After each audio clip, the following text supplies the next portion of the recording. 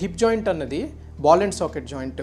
ఇందులోన cartilage అన్నది దానిపైన cushion లాగా ఉండే స్ట్రక్చర్.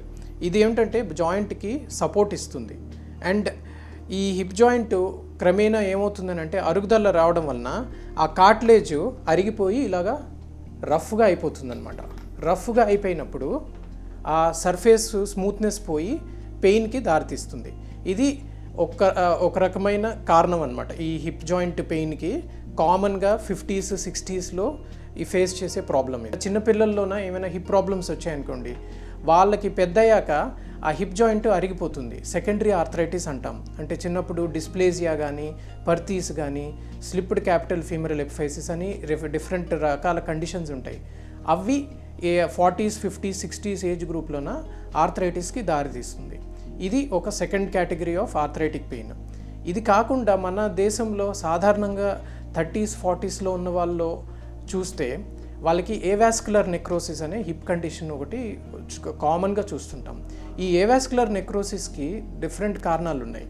కామన్గా ఏమిటంటే స్మోకింగ్ చేయడం వలన, ఆల్కహాల్ తీసుకోవడం వలన, లేకపోతే స్టెరాయిడ్ టాబ్లెట్స్ తీసుకోవడం వలన కూడాను ఈ ఏవాస్కులర్ నెక్రోసిస్ అన్నది వస్తుంది. సపోజ్ పడ్డప్పుడు కానీ హిప్ డిస్లొకేట్ అయినా, లేకపోతే ఏమైనా ఫ్రాక్చర్ నెక్ ఆఫ్ ఫీమర్ అంటాం.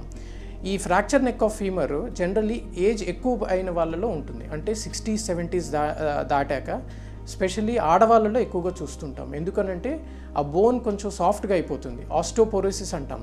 ఆస్టోపోరోసిస్ రావడం వలన ఇన్సఫిషియన్సీ ఫ్రాక్చర్స్ అంటాం. అంటే బోన్ వీక్గా ఉండడం వలన ఒక్కోసారి కింద పడ్డా సరే, ఒక్కోసారి కింద పడకపోయినా సరే బాడీ వెయిట్ తట్టుకోలేక బోన్ క్రాక్ ఇచ్చేస్తుంది. ఇది కూడా ఒక హిప్ జాయింట్ పెయిన్కి ఒక కారణం అన్నమాట. ఆ పేషెంట్ ఎవరైతే తుంటి పెయిన్తో సఫర్ అవుతున్నారో ఇమీడియట్గా ఆర్థోపెడిక్ స్పెషలిస్ట్ దగ్గరికి వెళ్ళి ఫస్ట్ ఆఫ్ ఆల్ ఎక్స్రేలు చేయించుకోవాలి.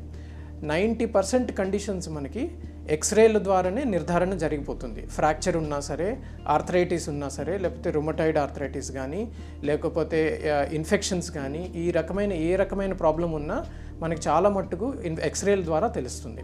ఒక్కోసారి ఎక్స్రేల ద్వారా తెలియకపోతే నెక్స్ట్ బ్లడ్ టెస్ట్స్ కొన్ని చేయాలి. ఇన్ఫెక్షన్స్ లేకపోతే ఈ కీళ్ళవాతంకి సంబంధించిన ప్రాబ్లమ్స్ని ఎక్స్క్లూడ్ చేయడానికి.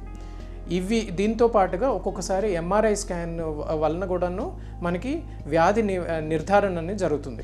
జనరల్లీ ఎర్లీ స్టేజ్ ఆఫ్ ఆర్థరైటిస్లోన ట్రీట్మెంట్ ఏమిటంటే లైఫ్ స్టైల్ని మార్చుకోవడము అండ్ అవసరాన్ని బట్టి మందులు వాడడం నొప్పి తగ్గడానికి, రెగ్యులర్గా మసిల్ స్ట్రెంగ్థనింగ్ ఎక్సర్సైజెస్ చేయడము, యాక్టివిటీస్ కొంచెం తగ్గించుకోవడం, అంటే బరువు పనులు అలాంటివి తగ్గించుకోవాలి. స్మోకింగ్ వల్ల వచ్చిందనుకోండి, స్మోకింగ్ మానేయడము, ఆల్కహాల్ స్టాప్ చేయడము, అండ్ స్టెరాయిడ్ టాబ్లెట్స్ మీద ఉన్నవాళ్ళు స్టెరాయిడ్స్ మానేయడము, ఇవి ఫాలో అయితే చాలా మట్టుకు వాళ్ళకి పెయిన్ తగ్గిపోతుంది. థర్డ్ది ఇన్ఫెక్షన్ ఉన్న వాళ్ళకి ఇన్ఫెక్షన్ కంట్రోల్ చేసుకోవడానికి యాంటీబయాటిక్స్ వాడడము, ఒకవేళ జాయింట్లో బాగా చీము చేరితే సర్జరీ ద్వారా ఆ ఇన్ఫెక్షన్ అన్నది తీసేయడం అన్నది జరుగుతుంది. ఈ హిప్ జాయింట్కి రకరకాల కారణాలు ఉంటాయి అన్నమాట, హిప్ జాయింట్ పెయిన్కి. అండ్ ట్రీట్మెంట్ అన్నది ఏ రకమైన కారణం ద్వారా వచ్చిందన్న దాన్ని బట్టి మనము ట్రీట్మెంట్ని ప్లాన్ చేస్తాం.